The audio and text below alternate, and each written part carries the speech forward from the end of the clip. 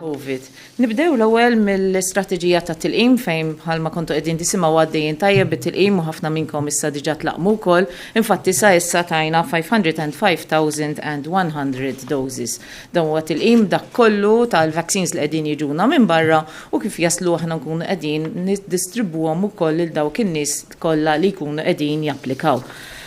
It-tilqim bit-tieni doża wkoll fejn huwa indikat ukoll għaddej tajjeb. Infatti sa issa għandna 200,199 persuni li dawn huma issa fully vaccinated li huwa wkoll xi ħaġa tajba li dawn in-nies ibbenefikaw mit-tilqim kollu li huma jistgħu jieħdu wkoll bil-immunità. Jekk inħarsu naqra wkoll lejn il-vaccine coverage li għandna skont l-etajiet, jekk inħarsu lejn dawk il-persuni li għandhom il fuq minn 60 sena, għandna 96% ta' dawn in-nies li diġà ħadu l-ewwel doża għall-inqas u hemm minnhom li diġà wkoll ħadu it-tieni doża wkoll. Fil-faxxa ta' persuni ta' etajiet bejn 50 u 59 sena għandna 79%, bejn 40 u 49 sena għandna 73%, bejn 30 u 39 sena diġà għandna 62% u bejn 16 to 29 li għall-aħħar grupp li aħna ftaħna diġà għandna 41% li diġà ħadu t-tilqima imma hemm ħafna wkoll li diġà wkoll ingħataw l-appuntament li huwa il fuq ukoll minn 50% ta' dan il-grupp. Jiġifieri kif qegħdin taraw hemmhekk aħna issa diġà lħaqna il fuq minn 70% ta' l-adult population li huma diġà mlaqmin għall-inqas bl-ewwel doża li dan jawgura tajjeb ħafna. Nkomplu nħeġġu biex kulħadd jiġi jieħu din it-tilqima, issa dit-tilqima hija miftuħa għal kull persuna skont ma hemm ukoll indikat fuq dan it-tilqim li qegħdin nirċievu għal kull persuna li għandu l fuq minn 16-il sena. U nerġa' nfakkarkom kif tapplikaw. Jew tiktbu fuq il-website tagħna vaccine.gov.mt fejn intom tapplikaw hemmhekk, jew inkella jekk tridu tistgħu tibatu SMS bl-identity card number tagħkom, infakkarkom tikbu biss l-identity card number u litra tagħkom mingħajr ma tagħmlu l-brackets. Jekk tridu titlaqmu Malta fuq il-number 99180045 jew inkella għawdex 99180044. Sitwazzjoni tal-każijiet. Il-bieraħ kellna 2,288 swab tests li saru kemm rapid tests kif ukoll PCR test u minn dawn irriżultaw 6 li huma pożittivi. Allura t-total ta' każijiet pożittivi sa issa mill-bidu tal-pandemija huwa ta' 30,526. Kellna wkoll 5 persuni li huma recovered li fiequ u t-total ta' dawn issa huwa ta' 30,041 cases. Dan l-aħħar 24 sija ma kellniex iktar imwiet u allura t-total ta' każijiet li mietu huwa ta' 419 u t-total ta' każijiet li huma attivi bħalissa huwa ta' 66. Bħalma qegħdin naraw it-total ta' każijiet issa qiegħed jistabilizza wkoll ilna numru ta' ġimgħat dejjem nieżlin l-isfel u bħalissa it-total ta' każijiet kien ta' 30,526. U anka jekk narraw dawn il-waves li kellna bħala il-pandemija rajna li issa niżlin l-isfel ukoll u kellna dawn 6 cases li kienu pożittivi dal-aħħar ġurnata. Bħala 7-day moving average noħduh bħala l-indikatur ta' kif naraw sejra s-sitwazzjoni bħalissa huwa ta' 4 cases. Situazzjoni tal-varjant, għawek qegħdin naraw mill-genomic sequencing li namlu, bħalissa qegħdin namlu genomic sequencing fuq il-każijiet kollha li jkollna li huma pożittivi U forsi qegħdin taraw hawnhekk kif huma proprja xjentifikament huma innominati l-varjanti għaliex ukoll l-Qagħda Dinjija tas-Saħħa qiegħda tappella biex ma nibqgħux nużaw ukoll l-ismijiet tal-pajjiżi li huma assoċjati wkoll ma' dawn il-varjanti. U allura bħalissa bħala varjanti aħna għandna 47% li huma l-B117, 3.7% li huma l-P1 u 0.7% li huwa l-B1351. U ma kellna sa issa l-ebda każ ta' B1617.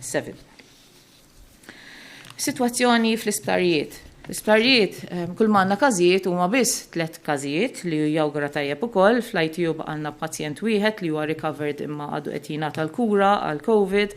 Għandna pazjent ieħor fl-Infectious Diseases Unit u ieħor f'ward oħra ta' Mater Dei attrezzata għal COVID. Fil-kumplament ma hemm l-ebda każijiet. Simili wkoll għajna għaddejjin ukoll fis-sitwazzjoni fejn float people's homes ma kenniex iktar każijiet u anqas din l-aħħar ġimgħa ma kellna l-ebda każijiet oħrajn. Situazzjoni fil-komunità, tkollna bħalma dejjem kellna numru ta' każijiet sporadiċi li ma tkunx tista' tillinkja ma' minn fejn ġew jew inkella ma' min kellhom kuntatt u jispikkaw ukoll in-numru ta' każijiet li huma importati. Infatti din il-ġimgħa kellna 11 il-każ li kien importat. L-active cases kif qedna niżlin l-isfel ukoll issa li inti qed ikollok inqas każijiet ukoll li qegħdin ikunu pożittivi u magħhom ikun hemm recovered u allura t-total każijiet huwa ta' 66 ta' active cases. U minn dawn kien hemm 2 li huma residenza ta' Għawdex. Il-każijiet li kellna din il-ġimgħa l-maġġor parti tal-etajiet kienu ta' età bejn 25 u 44 sena. U jekk inqabblu mal-ġimgħa ta' qabel rajna li żieda kienu fl-etajiet bejn 25 sena u 44 sena, però kellna 3 każijiet ta' età il fuq minn 55 sena. U nerġa' nappella li dawk in-nies kollha importanti li f'dawn l-etajiet tiġu titlaqmu ħalli hekk inkun nistgħu nipproteġukom. L-età average tal-każijiet li kellna bħalissa huwa ta' 33 years. Sfortunatament madul din il-ġimgħa kellna żewġ imwiet oħrajn li kellna marra ta' 77 sena u raġel ta' 60 sena li fakkarna li vera l-każijiet qegħdin jinżlu u kellna numru ta' ġimgħat li ma kellna l-ebda każ ta' imwiet, però kemm huwa importanti li dan il-virus huwa l-istess virus li konna nafuh fil-pandemija, jekk ħajsib nies li m'għandhomx l-immunità huma jaqbdu l-virus jekk huma speċjalment għandhom età iktar avanzati jew inkella għandhom mart kroniku, il-komplikazzjonijiet li jistgħu jinqalgħu qegħdin hemmhekk inkluż il-mewt. U allura nerġa' nappella li issa għandna l-arma tat-tilqim ejja nieħdu din it-tilqim ħalli nkun nistgħu nipproteġu lil nafusna, nipproteġu wkoll milli konna bżonn nitlu l-isptarijiet u wkoll li issa li ftaħnija għal kulħadd ukoll nkunu qegħdin nibqgħu innaqsu l-firxa tal-virus fil-komunità. U minn hawn nappellaw li wkoll it-testijiet għadhom hemmhekk available, ġifier nappellaw il-kull min għandu s-sintomi jiġi jittestja, aħna bħalma taraw għadna dejjem bil-testing kemm fil-hubs ta' Malta kif ukoll fil-hubs li għandna ukoll ta' barra minn Malta u jekk tħares lejn ukoll il-każijiet li qed ikollna pożittivi minn dak li aħna nagħmlu testijiet, il-positivity rate issa huwa ta' 0.2%. U dan joħroġ ukoll mill-rapid test li aħna qegħdin nagħmlu. L-importanza tal-mezzi ta' prevenzjoni jibqgħu dejjem hemmhekk. L-nżommu distanza minn persuna l-oħra, il-ħasil tal-idejn u anka li aħna nilbsu il-mask li huwa importanti ħafna. Aħna wkoll fl-ajruport bqajna dejjem bit-testjar tagħna fejn sibna matul dil-ġimgħa żewġ każijiet li ġew pożittiv ta' qbadnihom il-points of entry u wkoll imma kellna dawk il-każijiet l-oħra li jkunu żviluppaw waqt l-incubation period ukoll. Jekk niżviluppaw xi sintomi importanti ċemplunna fuq 111 jew inkella tibbukjaw għal swab fuq covidtest.gov.mt. Fakkarkom ukoll fil-Contact Tracing App, il-COVID Alert Malta app li huwa importanti li aħna ikunu żgur li qiegħda attiva fuq il-mobile tagħna. Dak kollha li għandhom mobile jissapportja din it-tip ta' application nappellalkom biex jekk għadkom ma niżiltuwiex tiddownloadjawha għaliex din ħatejnek jekk inti kellek kuntatt ma' xi persuna u dal-persuna ma ftakarx li inti kont kuntatt miegħu. U wkoll issa li din l-app hija interoperable ukoll ma' pajjiżi oħrajn Ewropej, ġifier jekk int ħassifer barra minn Malta. Jew inkella ħajġu persuni minn barra minn Malta hawnhekk u inti kont qrib ta' xi ħadd li seta' kien pożittiv, dal-persuna kif ħajdaħħal il-code fil-mobile tiegħu inti jekk kont qiegħed qrib ta' dal-persuna ħadd tirċievi alert, allura din tkun qiegħda tipproteġik. Nappellalkom issa wkoll li kun hemm nies min ħajibda jsifer jew kellha ħajkun iktar nies li ħajġu minn barra wkoll li din l-app tkun tista' wkoll tibqa' tipproteġikom.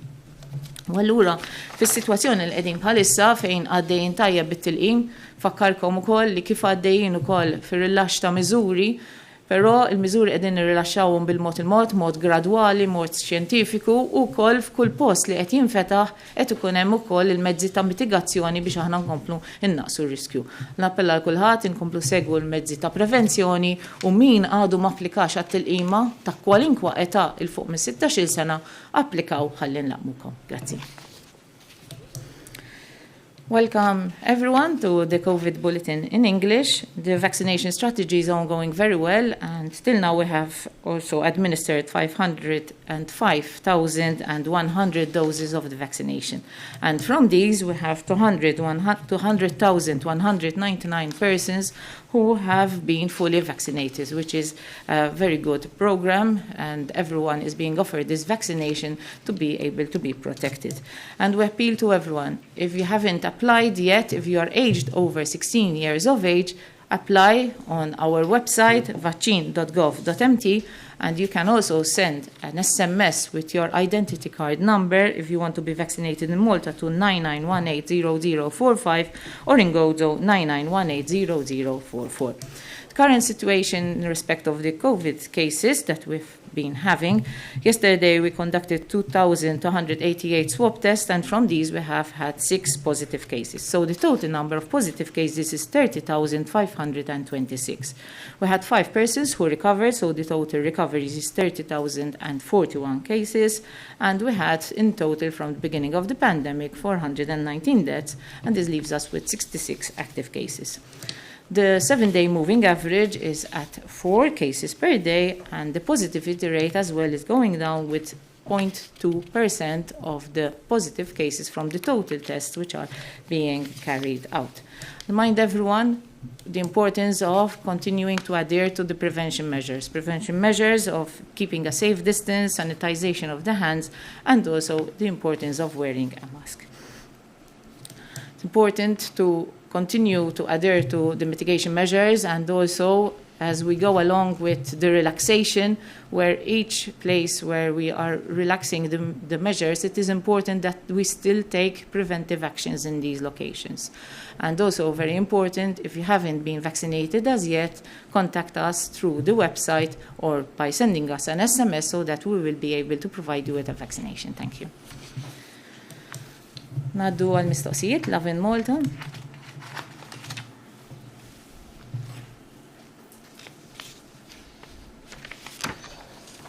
Good afternoon, Professor Gauci. I have 2 quick questions. The first one is, we've been seeing other countries testing the spread of COVID-19 in open events with vaccinated people with some very interesting results. Are you following these tests, and is there any plan to hold a similar live event in Malta to do our own testing? And the second question is about spas.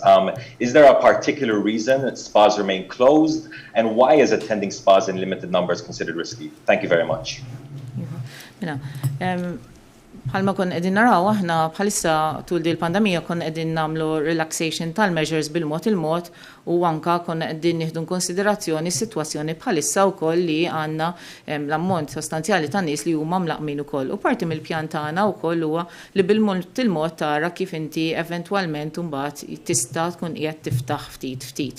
Aħna bħalissa għaddejjin ukoll bil-pjanijiet tagħna u anke qed nagħmlu diversi diskussjonijiet ħalli tara kif inti eventwalment meta jkun iż-żmien f'waqtu tara kif forsi ċertu events li jkunu limitati jkunu jistgħu jsiru, però dawn ikun nistgħu inħabbruhom iktar tard għaliex dejjem infakru li aħna qegħdin nimxu b'mod kawtel ħafna, mod li aħna ma nkunux qegħdin nirriskjaw is-sitwazzjoni tajba li qegħdin fiha. Ftakru li aħna bħalissa qegħdin f'sitwazzjoni tajba anke tqabbel mal-Ewropa.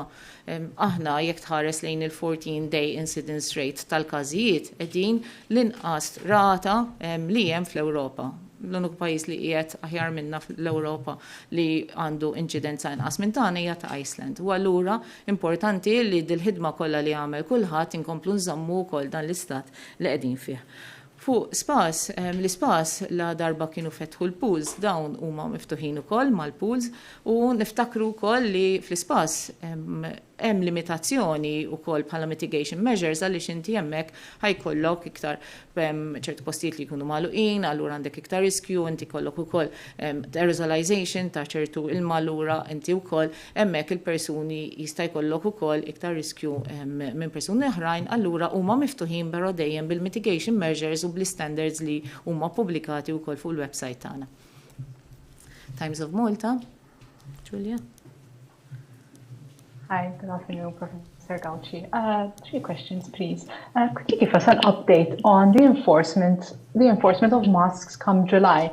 How will police and enforcement know who has been vaccinated or not when walking in the street without a mask? Will they be asking these people for their vaccine certificate? How will it be enforced? Secondly, the health minister previously said that the vaccine certificate should be launched in the coming days and that authorities will be able to use this to open different cultural and entertainment events. Could you specify which events exactly? And just an update on the Indian variant, please. Thank you. Mela, iva dawn huma mistoqsiġu li qegħdin isaqsuna nies oħrajn aħna qegħdin naraw kif nistgħu aħna nibbenefikaw mill-fatt li persuna ikollu t-tilqim ukoll dejjem skont l-evidenza. U allura aħna rajna li la darba s-sitwazzjoni tibqa' stabbli sa Lulju, hemmhekk nkun nistgħu nibdew ukoll nieħdu azzjoni wkoll fuq li persuna jkun jista' jneħħi l-maskra. Jekk inti persuna li diġà għandek il-full vaccination program, jiġifieri inti jekk inti għandek il-vaccin trid tkun ħadd żewġ dożi ħlief dik tal-Janssen li inti tieħu doża waħda u jkunu għaddew 14-il ġurnata.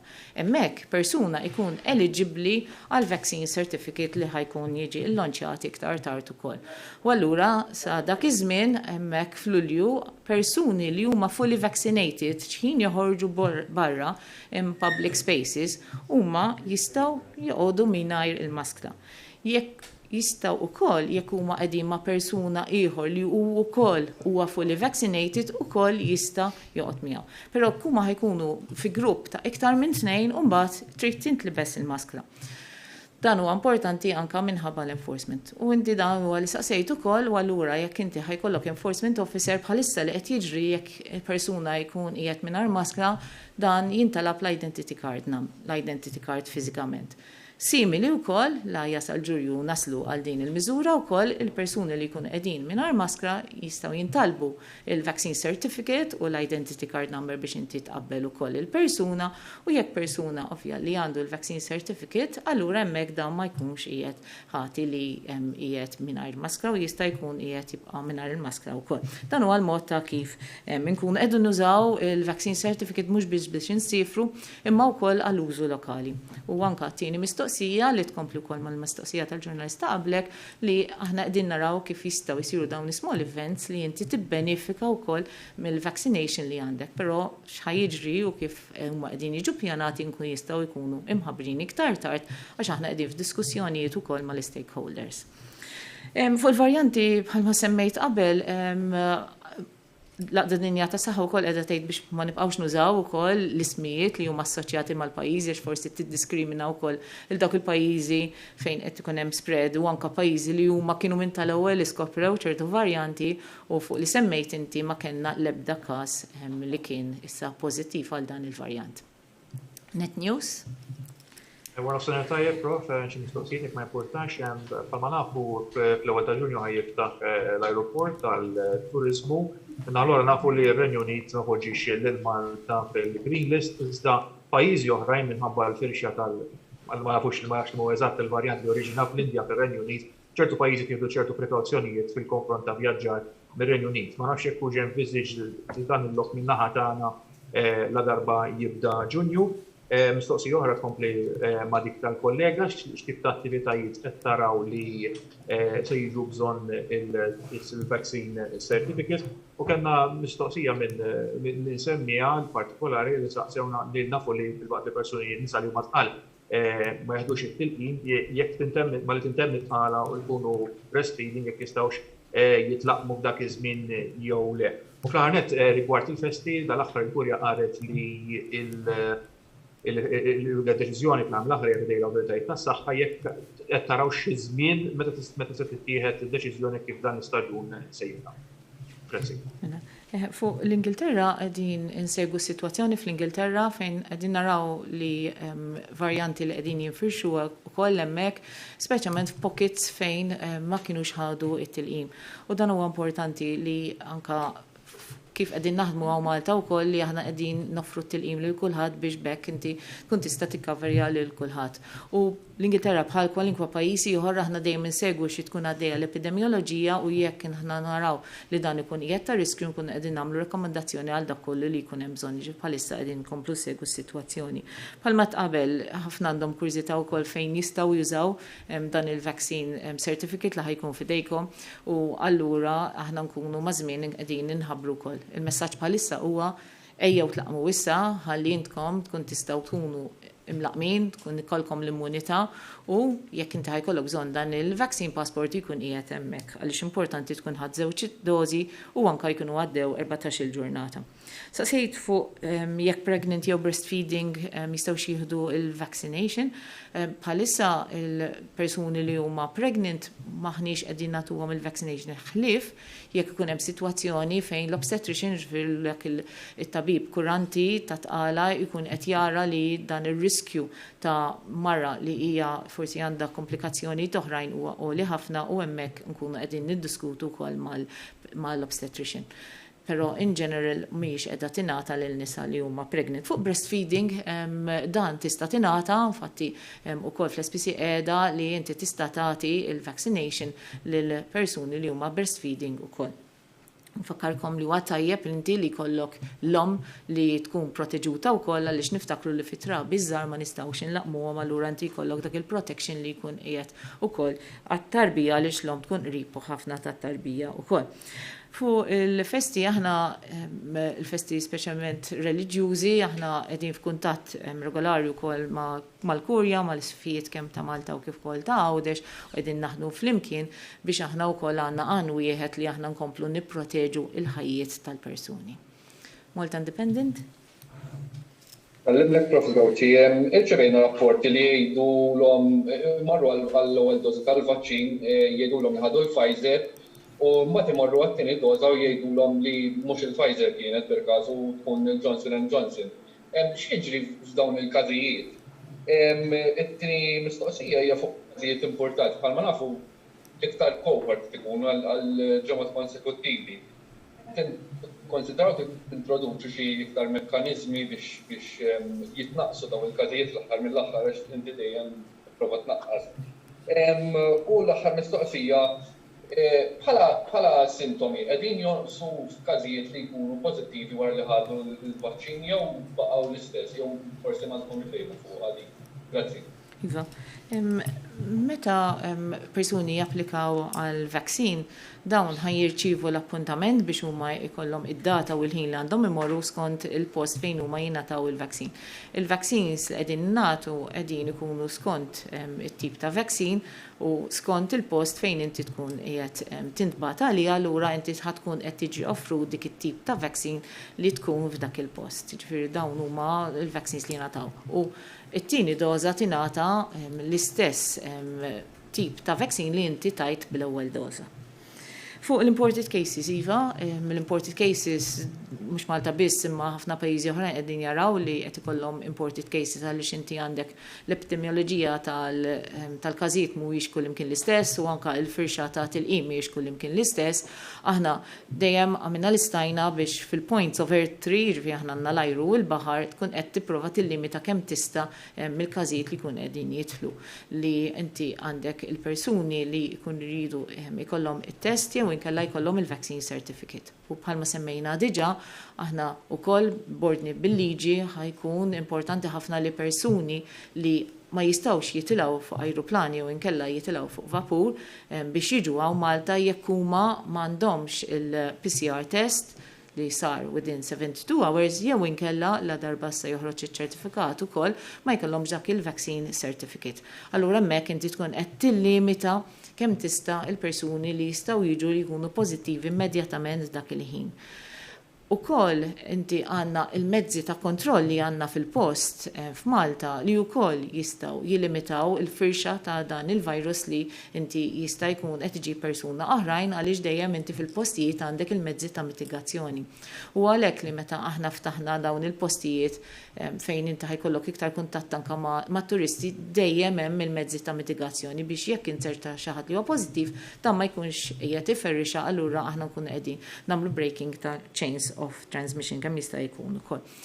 Milli qegħdin naraw il-maġġor parti tal-persuni li jkunu ħadu il-vaccination, speċjalment dak li jkunu ħadu 2 doses għaddew 14-il ġurnata, huwa minimu ħafna li inti jkollok persuni li joħorġu pożittivi u minn dawk li jkollna li huma pożittivi issib minnhom li huma asymptomatic ġifi taqbadhom għax tkun qed tagħmel screening jew inkella jkollhom sintomi li huma minimi ħafna. Ġifieri tara li dan huwa vaccine li hija tajba ħafna u qed ikollha impatt. Newsbook? Wara snar tajjeb, Professor Gawci, tlet mistoqsijiet ma jimpurtax l-ewwel nett. Il-żewġ persuni li mietu dil-ġimgħa jekk kienux vaġġinati. It-tieni mistoqsija kien hemm dil-ġimgħa wkoll petizzjoni li saret minn xi qraba ta' nies li għandhom il-familjari tagħhom anzjani ġewwa djar tax-xjuħ fejn daw tisaqsu jekk la darba huma mlaqmin u l-pazjenti jew il-residenti anzjani huma wkoll imlaqmin għaliex ma jistax ikollhom kuntatt kontinwu, kuntatt normali ngħidlek bħalma kien ikollhom qabel, speċjalment f'każijiet fejn hemm anzjani li jbatu bid-demenzja jew kundizzjonijiet oħra li huma forsi iktar akuti minn oħrajn. U tielet mistoqsija rigward każijiet importati, kif spjegajt tajjeb int xorta jkun hemm ċertu każijiet li żviluppaw wara li jaslu f'Malta, jekk hemm xi pjanijiet biex ikun hemm screening tat-turisti matul li jkunu waqt li jkunu qegħdin Malta. Grazzi. Grazzi ħafna. Bħalma semmejna kellna żewġ każijiet li mietu di sena però ovvja ma nistgħux nagħtu dettalji dwar il-każijiet però jekk nieħdu globalment għad hemm nies globali li mhumiex imlaqmin għad hemm nies f'Malta wkoll bħalma taraw mill-percentages anke ta' tajiet avvanzati li hemm ftit li għadhom ma tlaqmux u hemmhekk inti għandek ir-riskju li jekk inti jaqbdek il-virus dan huwa l-virus l-istess wieħed u dan jista' jkkaġuna komplikazzjonijiet huma imwiet ukoll. Fuq l-anzjani iva aħna għandna l-pjan li ħdimnieh tajjeb ħafna wkoll mal-Ministeru responsabbli mill-anzjani biex bil-mod il-mod ukoll dawn ikunu qegħdin jieħdu l-aħjar massimu li benefiċċju li huma jkun jistgħu jieħdu minħabba tilqim. Issa għandna l-anzjani fil-low people's homes li dawn huma mlaqmin biż-żewġ dożi kollha għaddew biżżejjed biex huma jkunu proteġuti u bil-mod il-mod aħna bdejna nirrilaxxaw ukoll il-miżuri f'dak li jirrigwardja n-numru ta' visits li jistgħu jkun hemm. Neħħina l-perspex ukoll li bdew joħorġuhom ukoll outings. U fil-ġranet li ġejjin ukoll il-Ministeru responsabbli mill-anzjani jkun jista' jħabbar iktar rilaxx ta' miżuri wkoll fid-djar tal-anzjani biex l-anzjani tagħna jkun jistgħu wkoll huma jkomplu iżjed għadin u l-qudiem ukoll tajjeb ħafna. Fakkarkom int semmejt ukoll id-dimensja. Dimensja mill-ewwel narfu li dawn żammejna iktar kuntatt ukoll mal-raba tagħhom għaliex huma wkoll sa mill-bidunet mezzi ta' kontroll kellhom iktar visits minn anzjani oħrajn għaliex dan huwa importanti ħafna li żomm il-kuntatt magħhom.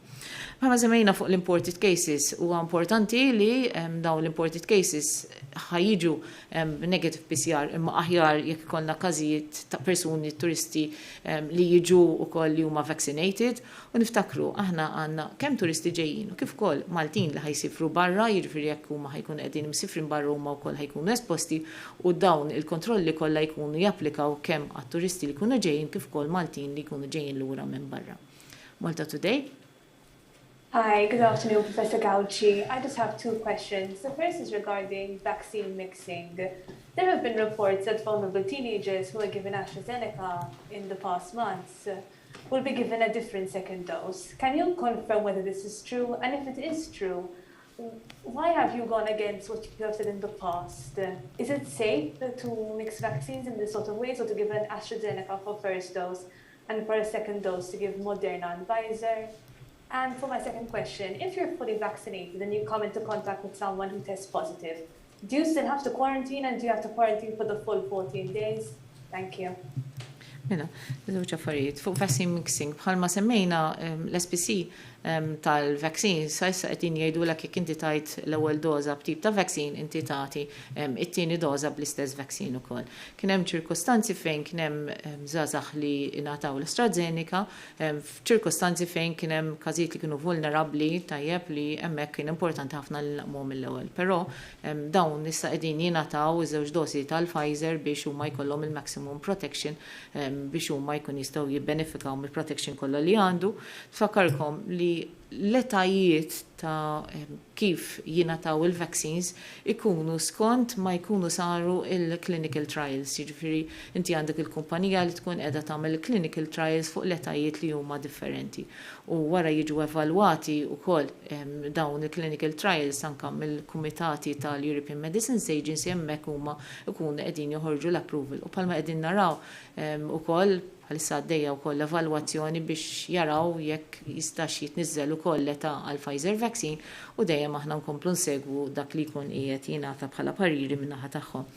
Sa issa fis-sitwazzjoni li qegħdin persuni li huma vaċċinati jekk huma kellhom kuntatt li huwa qrib ma' persuni li huma pożittivi sa issa għadhom qegħdin jagħmlu full quarantine li għandna. Però aħna għaddejjin ukoll proġett pilota fejn dawk il-persuni li jaħdmu fil-health entities ukoll qegħdin naraw li dawk in-nies li huma fully vaccinated li kellhom one time exposure għal positive case jiġifieri ma għadhomx continuous exposure dawn ukoll ikunu qegħdin jagħmlu 5 ijiem ta' kwarantina nagħmluhom it-test u mbagħad huma jkun jistgħu joħorġu minn kwarantina jekk huma pożittivi. Aħna qegħdin inkomplu nsegwu wkoll xtejt li CDC u eventwalment ukoll tkun tista' wkoll tiġi applikata jekk dan naraw li tkun ukoll bħala safe u controlled measure ukoll iktar. One use. Insellimlek, professur, insellim il-Pubblika u daw kollha li tissegwuna. Kif qal tajjeb wieħed mill-kollegi tiegħek fil-jiem li ġejjin Malta se tiftaħ turisti u forsi għandna naraw aktar influss ta' turisti ġejjin pajjiżna aktar minn kif rajna dawn il-ġimgħat. Forsi tispjega x'ħidma dejjem biha anke fuq xiex qed tiffukaw l-aktar sabiex l-awtoritajiet Maltin inkluż intom tas-saħħa tiżguraw li jkun hawn turiżmu sigur u anke nixtieqek wassal il-messaġġ tiegħek għax kif forsi taf, kif forsi jafu sħabi hawn nies li huma xettiċi fuq għand il-ħaġa li ġejjin it-turiżmu ħaj jiżdied it-turisti fil-jiem li ġejjin, għalhekk forsi nixtieq twassal appell u tiżgura li kif għamiltu tul dawn l-aħħar xhur żgurajtu li saħħet il-Maltin u l-Awċin se tibqa' tingħata l-prijorità assoluta. Iva, tajjeb qed inti tajjeb ħafna dawn it-turiżmu fejn inti għandek persuni vjaġġaw minn persuna l-oħra għal diversi raġunijiet kemm xogħol kif ukoll għal bħala divertita. Dan inna niddiskutuha wkoll foras għolja wkoll tal-Unjoni Ewropea, ġifier fil-Health Security Committee nkunu qegħdin niddiskutu dawn kollha u anke f'livell tal-Unjoni Ewropea rajna kif nistgħu nagħmlu biex bekk aħna nkun nistgħu naraw li nkunu qegħdin nagħmlu mill-aħjar li nistgħu ħalli jekk nkunu l-pajjiżi jipproteġu lil xulxin. Jiġifieri wkoll li hemmhekk f'livell tal-Unjoni Ewropea qiegħda wkoll tiġi diskussa wkoll din il-COVID-19 certificate fejn inti jkollok persuni li jkunu vaċċinati wkoll dawn ikollhom iċ-ċertifikat li huma wkoll ikollhom min m'għandux iċ-ċertifikat jista' jkollu wkoll negative PCR biex hu jkun jista' jivvjaġġa minn pajjiż għal ieħor. Din hija miżura li aħna Malta ilna li daħħalnija għaliex daħħalna kull pajjiż dal-aħħar kien qiegħed amber, ġifieri anke minn pajjiżi Ewropej kien ikollok tagħmel it-test. Pajjiżi oħrajn ma kinux b'dan l-istat ukoll, allura aħna ħsibna minn qabel u aħna ħankomplu nsaħħu. U dan kollu wkoll hija bil-liġi inti ma jkollx jista' jkollok boarding jekk m'għandhomx dawn iż-żewġ ċertifikati u anka li dawn iċ-ċertifikati jerġgħu jiġu ċċekkjati wkoll la darba persuna jasal hawn Malta. Infatti bħalissa għaddejja ħidma wkoll fl-ajruport u wkoll fis-seaport biex ikun hemm dawn il-persuni li ħajkunu qegħdew jerġgħu jivvettjaw iċ-ċertifikati li jkollhom dawn il-persuni. Barra minn hekk ukoll aħna sa mill-bidu nett ukoll enfasizzajna li kulħadd irid iġib miegħu il-passenger locator form. u nappellalkom anke il-Maltin ħajsifru barra u ħikunu ġejjin lura ukoll ikollhom din il-passenger locator form ukoll li tkun mimlija bil-lest għax trid tkun qiegħda tingħata wkoll meta persuni jkunu qegħdin jivvjaġġaw għaliex din hija importanti ħafna l-użu li jekk jinserta jkun hemm xi każ anke fuq l-ajruplan hemmhekk tkun qed tintuża wkoll għal contact tracing. Dawn huma l-assigurazzjonijiet kollha, barra minn hekk ukoll għad għandna l-lista tar-red zones, ġif dak il-pajjiżi li għad għandhom rata għolja ta' trasmissjoni tal-virus, dawn għadhom fir-red zone, ġifier ma jkunx jista' jiġi ivvjaġġar minnhom sakemm ma jkunx hemm permess min naħa tagħna li nagħtuh f'ċirkostanzi ta' persuni li jkunu jew Maltin, jew inkella jkollhom residenza u Malta, jew inkella f'ċirkostanzi partikolari. U dejjem dawn ukoll ikunu qegħdin bil-kontrolli li jinkludu testjar u anke kwarantina. TVM? Remlek, Prof. Skawċi għandi 3 domandi. L-ewwel nett ġie publikat l-avviż legali dwar il-vaccine passport li jgħid li dan jista' jintuża biss sabiex persuna tidħol f'pajjiż ieħor jiġifieri għal vjaġġar. Però l-bieraħ dak Prim Ministru nafu u anke dak il-Ministru għat-Turiżmu qal li dan se jintuża għal attivitajiet tal-massa b'mod kontrollat. Hemm xi direzzjoni dwar dan taħseb li se jiġi aġġornat tal-avviż legali? It-tieni domanda, il-bieraħ tħabbar li ninsabu fuq il-lista l-ħadra tal-ECDC. Xi tfisser din u x'benefiċċji ġib magħha? U nixtieq ukoll tiċċara ftit, saqsitek titqabbli ġurnalisti ieħor dwar festi reliġjużi fejn weġib li qed isiru diskussjonijiet mal-Kurja sabiex tinstab l-aħjar triq il quddiem. Allura għandi nifhem li l-festi dan is-sajf huma kompletament ruled out jew le? Ringrazzjak. Grazzi. Ħanibdew fuq l-avviż legali wkoll dwar l-events. Bażikament aħna bħalma tafu events ma setgħux isiru ta' kwalinkwa size, imma li kellna biss kienu li setgħu jsiru religious events, ġifieri hemmhekk qed nitkellmu dwar il-quddies li jsir regolari ukoll li dak jista' jsir ukoll permezz tal-protokolli. Mill-ewwel ta' Ġunju, infatti għadu kemm ukoll l-avviż legali qiegħed aġġornat li bażikament jistgħu jsiru wkoll it-tiġijiet li t-tiġijiet ħajkunu wkoll bil-protokolli li diġà aħna konna ħriġna biex ikun hemm ukoll preparazzjoni min-naħa tal-kopji li jkunu qegħdin hemmhekk. Ġifieri sa issa kif qegħdin aħna l-uniku events li jistgħu jsiru huma dawk ta' religious events bħal qudies li qegħdin ngħidu jew inkella li inti għandek it-tiġijiet.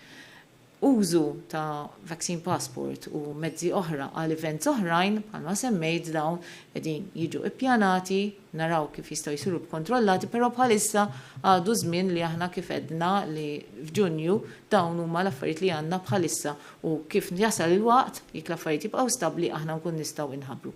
Dejjem infakru li aħna qegħdin nimxu b'kawtela ħafna. Semmejt inti wkoll il-Green List. Il-Green List mela l-ECDC aħna nkun qegħdin nibatula l-informazzjoni, d-data rigward il-każijiet li konna qegħdin aħna u anka il-varjanti li jkollna wkoll. U bekk tkun tista' tagħmel evalwazzjoni tas-sitwazzjoni epidemioloġika ta' kull pajjiż u abbażi ta' dan, abbażi tal-każijiet li jkun hemm f'kull pajjiż tkun qiegħda toħroġ ukoll mappa tal-pajjiżi li jkunu qegħdin ukoll fl-Unjoni Ewropea. U Malta proprju qiegħda bħalissa fuq il-Green List għaliex in-numru ta' każijiet kull per population li għanna hija l-inqas li għanna fl-Unjoni Ewropea. U allura dan jawgura tajjeb ħafna li alla li aħna nibqgħu fuq il-Green List għaliex irridu nżommu n-numru ta' każijiet kemm jista' jkun baxxi ħafna. U b'dak l-aħbar tajba li qegħdin fuq il-Green List u rridu naħdmu kollha flimkien biex nibqgħu fuq din il-Green List għaliex din varja ħafna skont in-numru ta' każijiet.